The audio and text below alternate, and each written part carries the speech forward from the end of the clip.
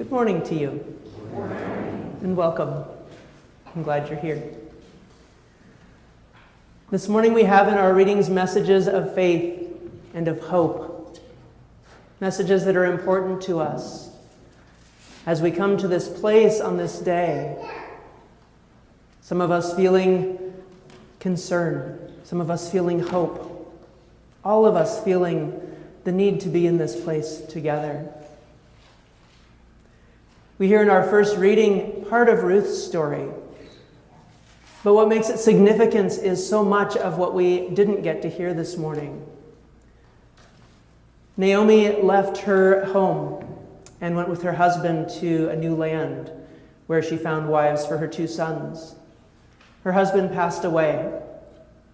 A short time later, her 2 sons passed away. She begged her new daughters-in-law to go back to their families because she had nothing for them. But Ruth clung to Naomi and made an oath to her, saying that she would go I will go where you go. Your people will be my people. Your God will be my God. Where you die, I will die also. And they went together back to Naomi's homeland. This morning we pick up the reading with Naomi trying to find some way of moving forward in hope and faith as she sends Ruth into the fields to glean, to make sure that they have food to eat. After this has gone on for some time, then she sends Ruth down to the threshing floor where Boaz is threshing barley from the harvest. Their union is a fulfillment of that hope. And as Ruth gives birth and places the child in Naomi's arms, it is a restoration for Naomi of hope, of a future, of an inheritance. She lived in a time when women did not inherit. And the only way for them to be taken care of was if their husband lived with them or if they had sons to take care of them if they were widowed. So that restoration of hope in the young child who became the father of Jesse and the grandfather to the great King David, was a restoration of her hope and her faith and her life. We hear in our psalmist's words this morning the importance of faith as it informs and suffuses everything we do, as it informs our lives, our hope, our relationships. In the psalmist's words, without it, all is vanity. With it, we find peace. Tomorrow we celebrate the 106th celebration of Armistice Day. On the 11th hour of the 11th day of the 11th month in the year 1918, peace was declared and an end to World War I. In the 1950s, after World War II, that celebration of Armistice Day became a celebration of Veterans Day, remembering all of those who had given up their lives in the hope of keeping the lives of others protected and safe. It's not a celebration just here in the United States, it's celebrated in countries all over the world. The hope of humankind in the possibility of peace is what is celebrated, is what is remembered, as we pass down our stories to our children in the hope that they will do better than we have done in terms of finding peace in our world. In our faith, we celebrate a deeper peace.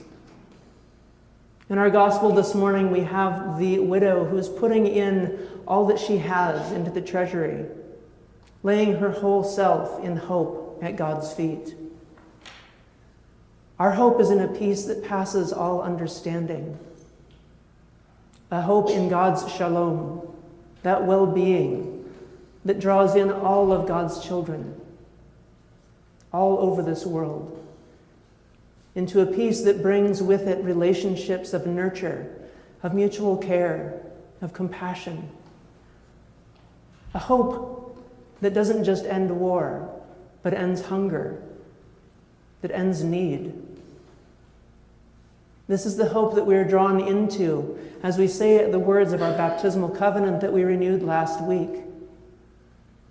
as we promise to seek and serve Christ in all people, loving our neighbors as ourselves, as we promise to honor and respect the dignity of every human being, as we promise to seek for justice and peace, as we seek, in essence, to live as Christ's hands and heart in our world. This is the peace that we strive for as God's children. Our gospel calling, our baptismal promises, these have not changed. We continue to live as Christ's hands and heart in our world, in the here and now of our lives, reaching out to those around us, to draw in those on the margins, to lift up the downtrodden, to feed the hungry, clothe the naked, to bring into being this peace, this well-being that spreads throughout our community and ripples out to the world around us. This is our hope as God's children. I remember my grandmother telling me stories. She was a nurse during World War I. She told me stories of the anguish that the soldiers were going through, whom she treated, of her own anguish that she would never forget, in trying to help to bring them comfort and relief and peace. I remember my grandfather. So my grandmother on my mom's side was born the same year as my great-grandmother on my dad's side. They were both born 1900. So my grandmother on my mom's side was in World War I. My grandfather on my dad's side was in World War II. And he told me stories of being a bomber pilot. Stories that he took a lot of years before he was willing to share. Stories that he hoped would teach us to hope for a better place, a better world where there would be peace, where there would be an end to war and bombings. My dad, after 43 years of PTSD nightmares, finally started talking about his time in the Vietnam War. My friends who were in the Gulf War have finally started speaking about their experiences. Our children are living, watching the war in Gaza. We have so much that continues to show us that our world is not a place of peace. And yet our calling is to hope. Our calling is to continue to tell those stories, to continue to remind our children that there is the possibility of a world where there is not war, of a world where all people have enough, of a world where all people live together in relationships of unity, of mutual respect, of peace.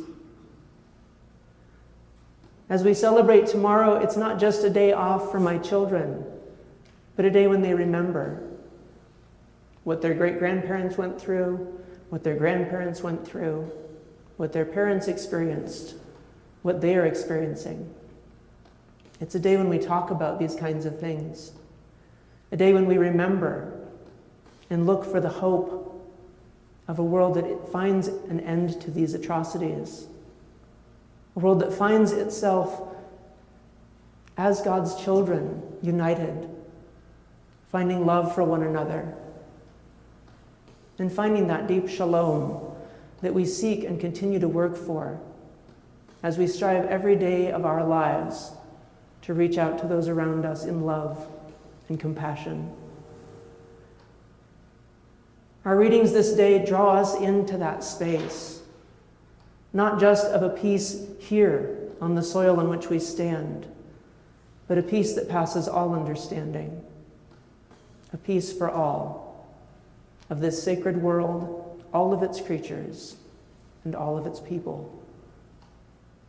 May we continue to dream those dreams, continue to pray those prayers, continue to hope those hopes, and continue to live like it's all possible.